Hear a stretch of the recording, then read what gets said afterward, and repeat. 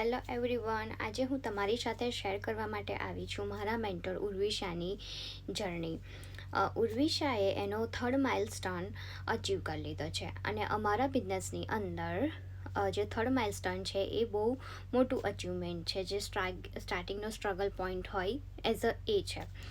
અને 3rd milestone એ જ ખાલી એક નંબર નથી, ડિસિપ્લિન, કન્સિસ્ટન્સી અને હાર્ડવર્કનું રિઝલ્ટ છે. ઘણા લોકો સ્ટાર્ટ કરે છે પણ રેગ્યુલર નથી રહેતા, પણ ઉર્વિશાએ રોજ શીખીને એપ્લાય કર્યું અને આગળ વધવાનું ચાલુ રાખ્યું. કોઈ શોર્ટકટ નહોતો, કોઈ એક્સક્યુઝ નહોતા, બસ રોજનું કામ સ્ટ્રોંગ માઇન્ડસેટથી કર્યું અને આજે એ ઇફરોટ રિઝલ્ટમાં બદલાઈ ગયો છે. આ સફર આપણને એક જ વાત શીખવાડે છે, સક્સેસ લકથી નથી આવતું, ડિસિપ્લિનથી મળે છે. જો તે કરી શકે છે તો આપણે પણ કરી શકીએ છીએ. કોંગ્રેચ્યુલેશન ઉર્વિશા, તમારી જર્ની ખરેખર ઇન્સ્પાયર કરે છે.